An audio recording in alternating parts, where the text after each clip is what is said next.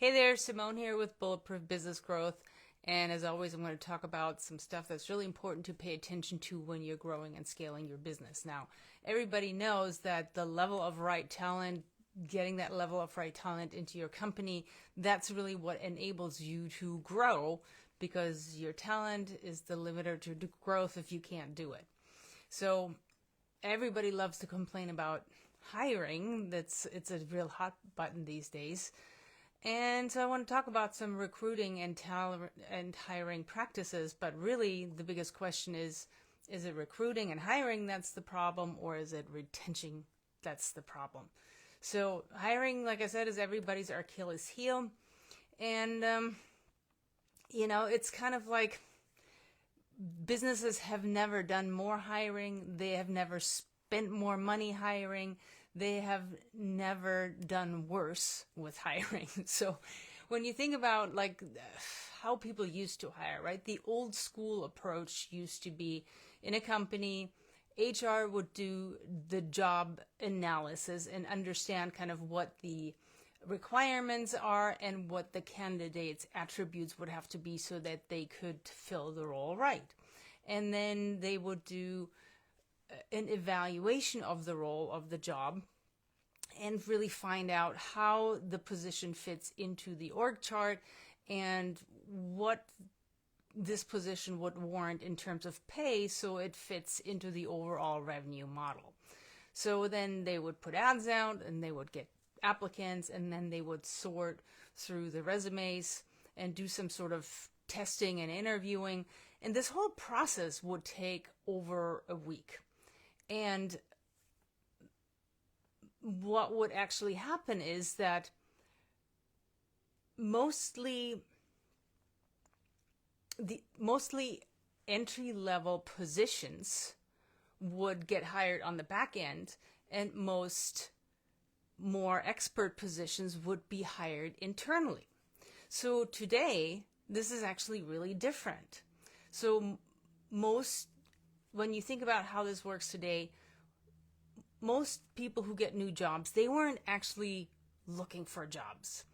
They were recruited in some way, they were poached in some way, because what all the big companies know is that, well, they need to keep their funnel full at all times. So when they actually know somebody, when they actually need somebody, there's somebody that they can draw from because they're already in their circle, in their pipeline. So a lot of companies subscribe to having passive candidates, what they call that, waiting in the wings. So when need comes up, they can just go to them and say, hey, are you available now? And a lot of companies actually do stuff like they post bogus job ads just to see, hey, you know what, when we have this position available, who will actually show up? Who can we get into on the sidelines who will be actually filling this job? So this might be, a good strategy for some companies, but for most small businesses, that's not really effective. And also, how a lot of recruiting is done these days is pretty crazy. Like most bigger companies outsource their recruiting. They go through like some bigger contractors in the Philippines or in India. They have like this big digital process that brings these candidates to them, and there's a lot of software involved, that algorithms, all kinds of stuff. So that's how bigger companies keep their pipelines full, and then they have all sorts of processes to bring these people in. Now, for small businesses, it's a little bit more of the wild, wild west, because how it usually works is somebody comes up with a job description, somebody writes an ad, and then resumes come in, and the bigger you are, you might have some sort of technology, some sort of software that actually vets these resumes that come in, and then you start the interviewing process. But what's one of the biggest problems is that nobody actually tracks what works in this recruiting and hiring process. So it's kind of, there's no process in place, and nobody knows, what it actually costs to hire somebody. Nobody knows what the time period was that it took and how many people actually stay versus go.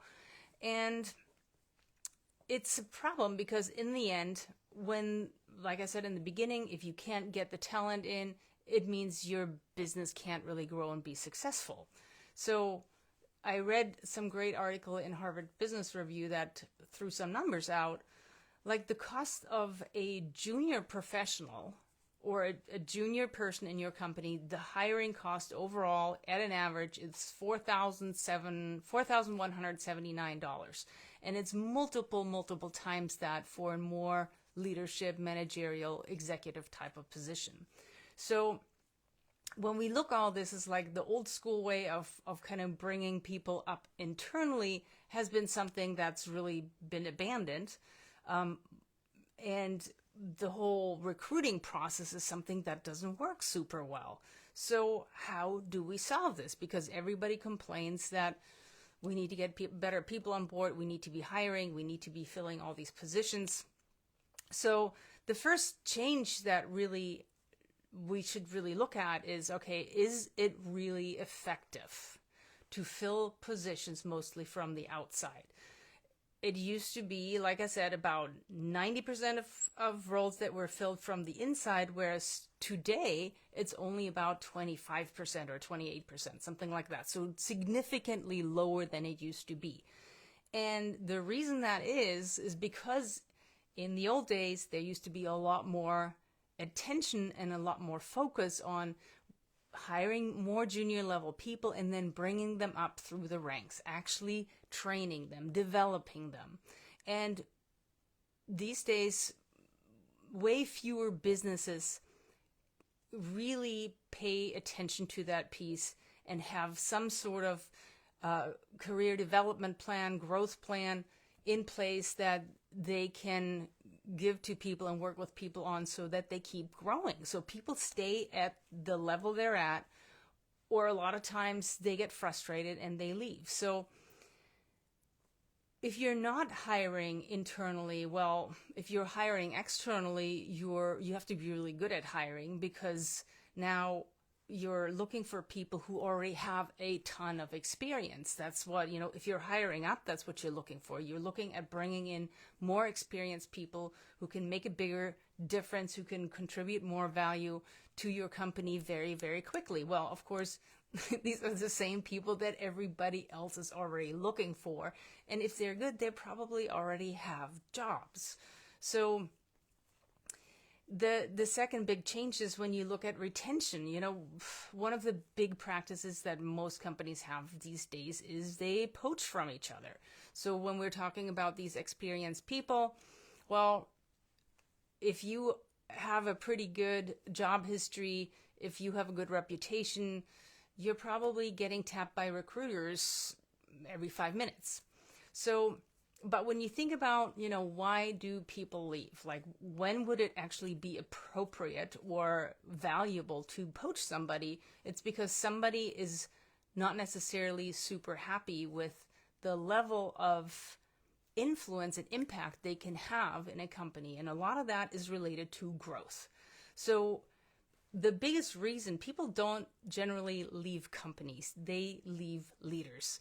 The most common reason for people to leave is that they don't feel like they have possibility in career advancements, because employers these days don't pay attention to training and promotion. And honestly, that's the root cause for everything, because this causes terrible retention. And what we should really ask ourselves is like, okay, even if you have to hire for new positions, even if you feel like you don't have the best people in place right now, well, are you actually doing what you need to do to take the people that you have who could be good? Well, some of them might not be, but a lot of times I work with companies who actually have pretty decent employees. They actually have pretty decent people, and they're stagnant. They don't show up. They don't bring a whole lot of buy-in because they haven't been asked to. They haven't been given the attention, the processes, and the leadership to actually start growing and keep bringing more value to the company. So we really want to look at look at yourself. Like, number one, how successful have you really been? Like, what's been your track at filling positions from within? Like, have you been successful in bringing people up through the ranks in your company? And that could be as simple as somebody who literally started as like one of your lowest level assistants. Have you ever seen anybody like that coming up to the ranks and getting into more valuable position, leadership positions, strategic positions? So look at your company and ask yourself if you've been able to do that, because you want to find out why not. What is missing in your company in the way that you, once you hire, you train, you retain, you support, you mentor, you lead the people on your team so that they consistently get more valuable, and that you consistently challenge them, because that means they're consistently going to keep learning. So this is a practice that has to be established in your business, which makes an incredible difference in terms of your retention, because that's what people stay for. And it also makes an incredible difference to your bottom line, because that means you don't constantly have to pay for hiring new people and then lack of performance because they're still coming on. So you're losing a lot of opportunity and possibility. And it really takes, most people somewhere between 18 months and 3 years to really come to their sweet spot where they're performing at the highest level. So, so first of all, track how well you've been doing with these type of processes.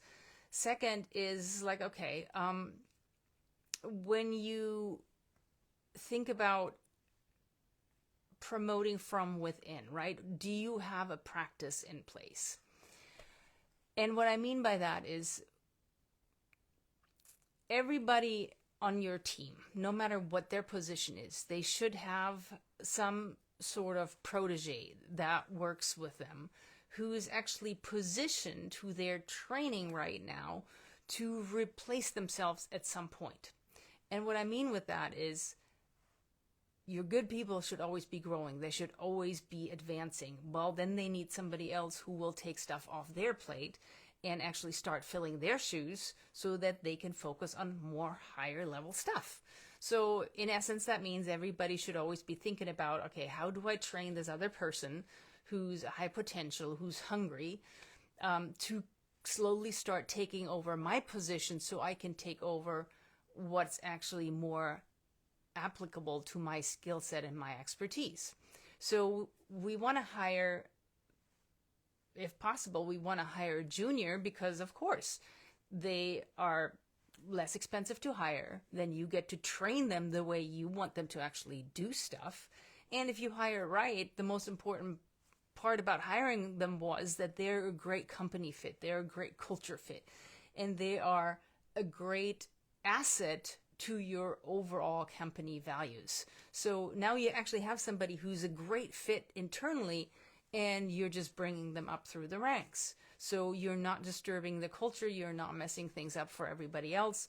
And when you're really smart, when you have opportunities open, you actually, you have your high potentials that you already trained, or you're already training, but you want to put that position out company-wide, business-wide, because one thing that we've discovered is, what's really interesting, a lot of times when you put out a job posting, people show up and apply who you'd never think, because you never asked them, and later you find out they have these talents, they have these skills from another time, from another job, but you didn't even know about it, because at the time they started working with you, they were focused on whatever position it was that you had put out there. So you might have a lot of talent in your ranks that you don't even know about. So you always want to make sure that you offer this opportunity company-wide, even though you might already be grooming people to step into this. So this is really how you capitalize on hidden talent. And you also, the third thing is, you want to recognize the cost of hiring outside, because like I just said, it takes people at an average 18 months to 3 years to really start delivering at that highest level. And that's a long time. So once you start training people, they can start progressing much, much faster. And the other thing you want to think about, it's like, when you have people in your company who are hungry, who are inspired, who are motivated, who really want to grow, and you keep hiring from the outside, like, what kind of message are you giving them? And so that is one of the reasons for why good people leave, is because they don't have any opportunity, they don't see any opportunity within your company. So you have to think about that. When good people leave, well, generally it leaves a big hole for you. Generally, it really messes with your culture. And it also really burdens your existing team, because if you're not doing it right and you're constantly having to replace people, that means it puts a big burden on them, because they have to keep training them. They have to keep picking up the slack. They have to keep showing up beyond what is really theirs to show up for. So you want to think about all these different aspects, and you want to ask yourself why you don't have a good process right now in place to bring up those internal candidates. Because for hiring, you do have to have a great process. For one, you only want to hire for the position that you actually have open. You don't want to create those phantom positions to try to hire just like randomly to hope that you get a good person in who you can just kind of shove into a position that they might not actually be best at. You want to make sure that you get really, really clear on job requirements before you post, because one thing I've seen over and over is people go crazy on those job requirements, and then they don't get any good candidates in because they completely overdid it with all the things that they're asking. It's like, yes, you got to ask for what's vitally important, but don't put 25 things there if you really only need 5.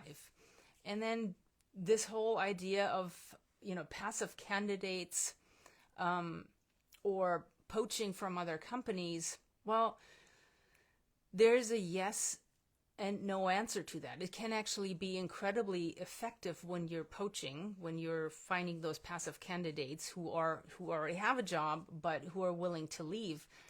But the only reason you should take somebody like that or hire somebody like that is when the reason that they're leaving is that they're unhappy with their possibilities for advancement in the company they're at, and you can actually offer them better.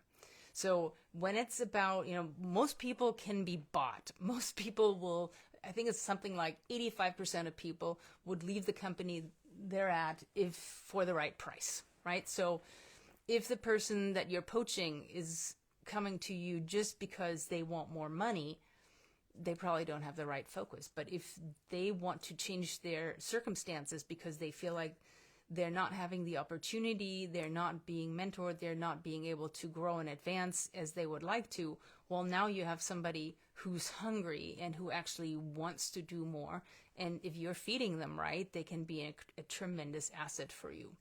So we really want to pay attention to those things. And then, of course, we want to make sure that once you do hire somebody, you want to have a really good onboarding process. So a lot of people use some sort of referral hiring strategy where they bring in new people through existing employees, which is a great idea, but that only really works because generally when you bring in somebody through somebody else, that person who's already in your company will take special care to make sure this person is warmly greeted, they get the information that they need, they have a buddy that can actually help them, that can help them kind of learn the ropes. And this is something to pay attention to even when you're not hiring through a referral system, because when you hire somebody who's new, you want to make sure that they have that same attention, that they have somebody to show them the ropes, that they have kind of that culture buddy, that they have somebody who can guide them and answer questions they don't really want to ask because they seem really like dumb questions. So when you do spend your time hiring from the outside, make sure that you actually warmly embrace who comes in and give them, you have a great onboarding plan for them. They know exactly what the goals and expectations are to be successful. You have mentoring and coaching and meetings with them so that they feel like they can quickly progress and hit the ground running. So all this is super important. And also the other hiring practice that is really helpful is persuade fewer people to apply. Be honest with them. What I've seen, especially a lot of companies that are struggling right now, they just want to get people in. They're not honest about what the expectations are, or they're not honest about what this person will actually have to do. So somebody hires on for one position and then they find out not much later, well, what they're actually being told to do is quite a bit different. And that, of course, does not create happy employees, and that will really bring a lot of turnover into your company. So persuade fewer people to apply. Only really make an offer to people where you feel like they're a great fit, and be honest about what the goals and expectations are. And when you're interviewing, make sure that you only really offer somebody who feels like, in your gut, exactly that this is a great fit. Don't make an offer to somebody where you already have a bunch of red flags going up. So I hope this helps.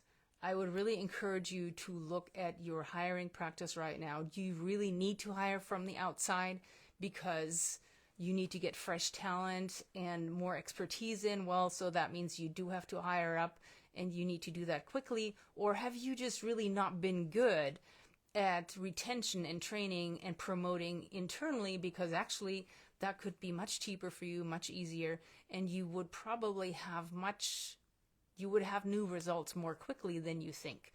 So think about this. If you have any questions or ideas, feel free to contact us. We have a great new training out there that kind of lays out all these steps in detail. Go to bulletproofbusinessgrowth.com/jump. bulletproofbusinessgrowth.com/jump, and check out the training, and I will see you on the next time.